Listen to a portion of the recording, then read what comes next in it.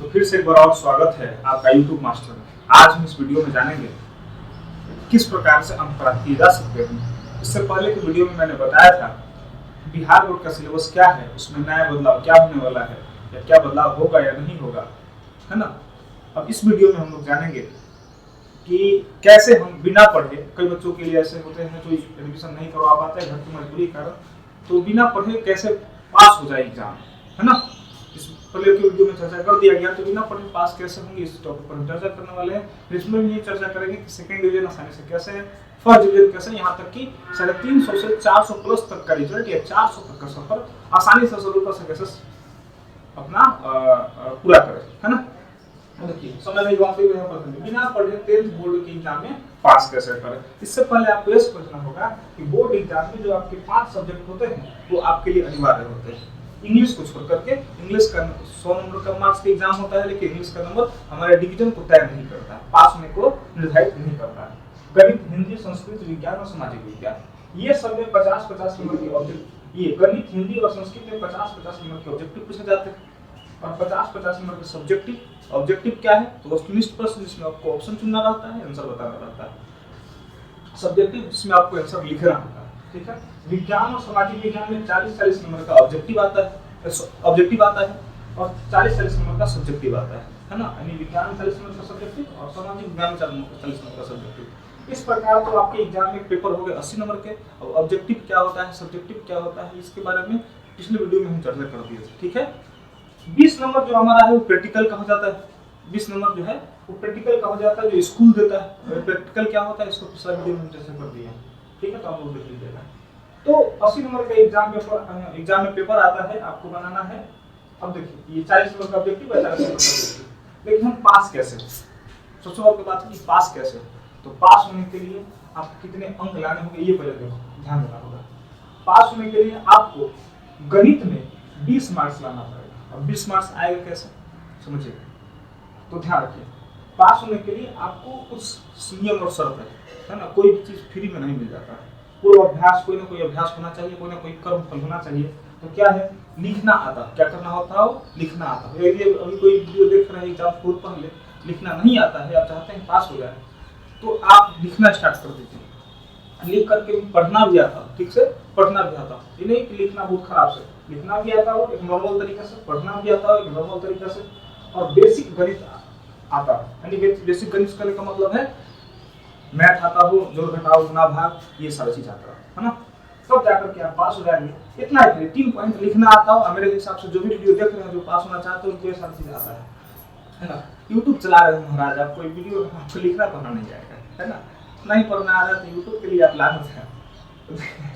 क्या पास होने के लिए आपको क्या चाहिए, गणित में 20 नंबर चाहिए, है ना। और 20 नंबर क्या, तो ऑब्जेक्टिव 20 नंबर। अगर आपको पढ़ना आएगा तो अपना आसपास जो लोग बैठे हैं गणित बनाएंगे तो ऑब्जेक्टिव देख के मार लीजिएगा, है ना। क्योंकि एग्जाम में जो आपको जो क्वेश्चन पेपर मिलेगा, बगल वाला को जो क्वेश्चन पेपर मिलेगा, उसमें जो ऑब्जेक्टिव रहेगा उसका नंबरिंग चेंज रहेगा। आप में जो ऑब्जेक्टिव 5 नंबर पर है उसमें हो सकता है कि 15 नंबर पर, तो लाइन बाय लाइन देख के मार भी नहीं सकते। उसको देख लिए क्वेश्चन बना रहा है, वो 2 अक्षर पढ़ लिए आगे से, 2 अक्षर पढ़ लिए, देख लिए ऑप्शन ई लगाया है ना, ए लगाया मान लीजिए, तो अपना क्वेश्चन ढूंढ लेंगे, पढ़ने आएगा तो अपना क्वेश्चन और ढूंढिएगा, सब पढ़ सब पढ़।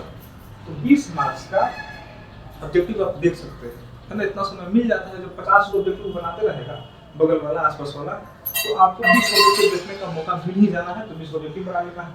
आज सब्जेक्टिव जो 1.5 घंटा वो बनाते रहेगा, बहुत सारा सब्जेक्टिव, उसमें से आपको 2 सब्जेक्टिव बना लेना है, सॉरी 5 सब्जेक्टिव बना लेना है। बनाना तो रहता है, अगर बात बोले तो 20 को ऐसा 18 प्लस, सॉरी 12 ऑब्जेक्टिव बना, सब्जेक्टिव बना है, उससे ज्यादा ही बनाना रहता है।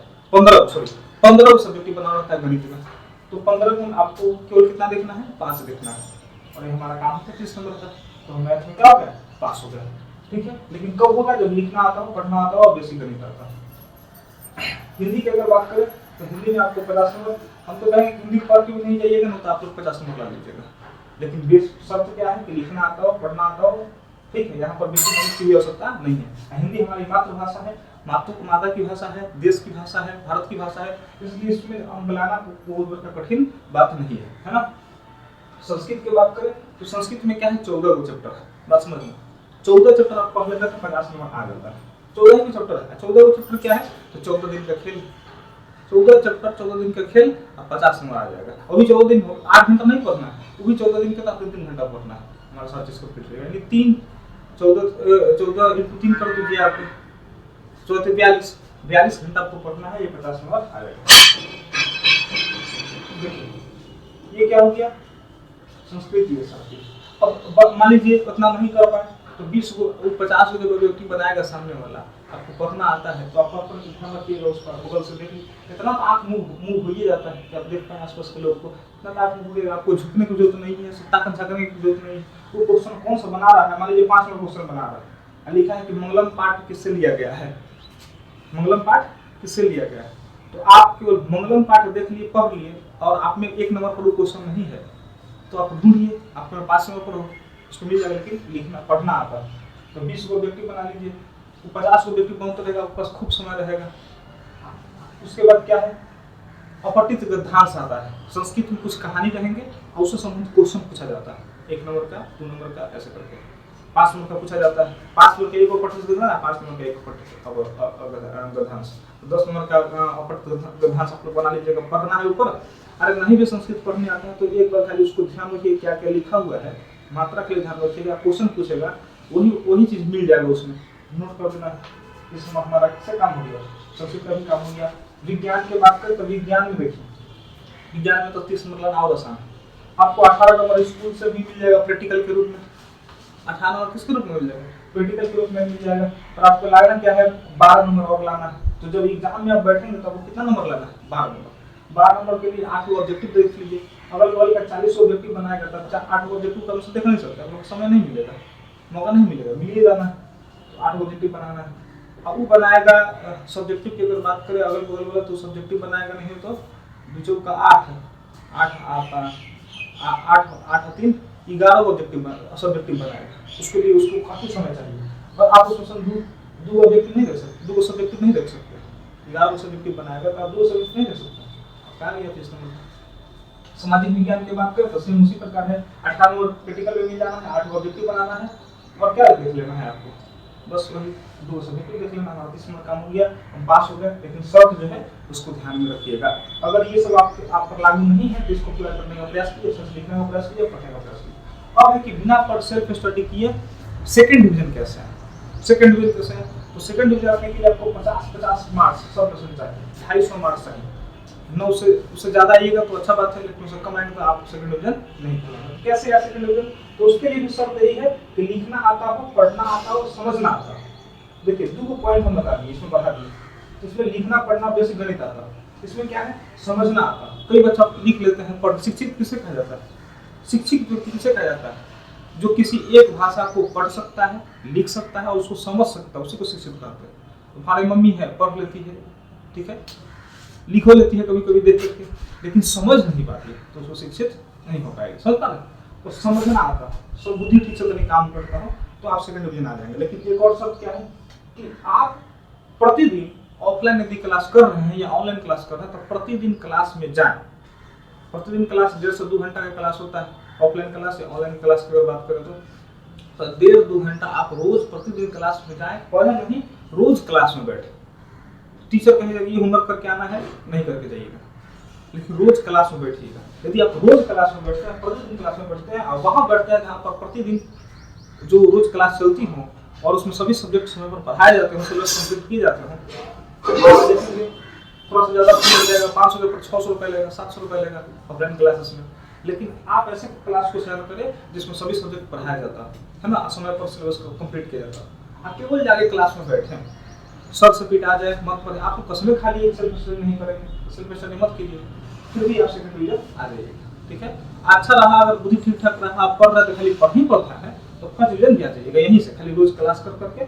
लेकिन थोड़ा सा भी आप चाहते हैं कि फर्स्ट डिवीजन निश्चित करो, लेकिन फर्स्ट डिवीजन पूर्ण रूप से कैसे आए, तो आपके लिए क्या करना होगा, फर्स्ट डिवीजन जो होता है वो 300 मार्क्स पर होता है, 60% पर होता है। इसके लिए आपको क्या करना होगा, लिखना आता हो, पढ़ना आता हो, समझना आता हो, प्रतिदिन क्लास जाए जहाँ सभी सब्जेक्ट पढ़ाए जाते हैं ये। और एक शब्द क्या है, शुरू से ही 1 घंटा चाहे आधा घंटा शुरू से ही, अब से ही एग्जाम से 5 महीना पहले, 6 महीना पहले, 7 महीना पहले, 9 महीना पहले, 10 महीना पहले आप सर से पूछ करके ऑब्जेक्टिव का कोई बुक ले लें, ऑब्जेक्टिव का बुक, मैथ गणित, सॉरी गणित जिसको मैथ वही कहते हैं, गणित, हिंदी, संस्कृत, विज्ञान और सामाजिक विज्ञान। जो उर्दू वाले बच्चे हैं उनको संस्कृत नहीं आएगा, उसको जब उर्दू आएगा तो ऑब्जेक्टिव बुक ले ले। ऑब्जेक्टिव बुक लेने के बाद क्या केवल ऑब्जेक्टिव आप देखिए, रोज 1.5-2 घंटा आप ऑब्जेक्टिव बुक देखें, थोड़ा सा इसमें सेल्फ स्टडी करना होगा। ऑब्जेक्टिव बुक देखें, ऑब्जेक्टिव क्वेश्चन आंसर देखें, खाली देखें, आपको याद नहीं करना, आप रिवीजन करें बस, इतना है। रिवीजन करते करते करते करते 200 आज ऑब्जेक्टिव देख लिए, 200 कल देख लेंगे, 200 मतलब क्या 200 मिनट, 200 देख लेंगे 200 मिनट, इतना ही पढ़ना है। यानी 2 घंटा 2.5 घंटा का काम, 3 घंटा का काम, 3 घंटा से प्लस का काम है। तो थोड़ा थोड़ा सुबह पढ़ लिए 1 घंटा, दोपहर पढ़ लिए 1 घंटा, रात को 1 घंटा पढ़ लिए, हमारा काम हो गया। तो ये कर करके आप 300 मार्क्स आसानी से ला सकते हैं।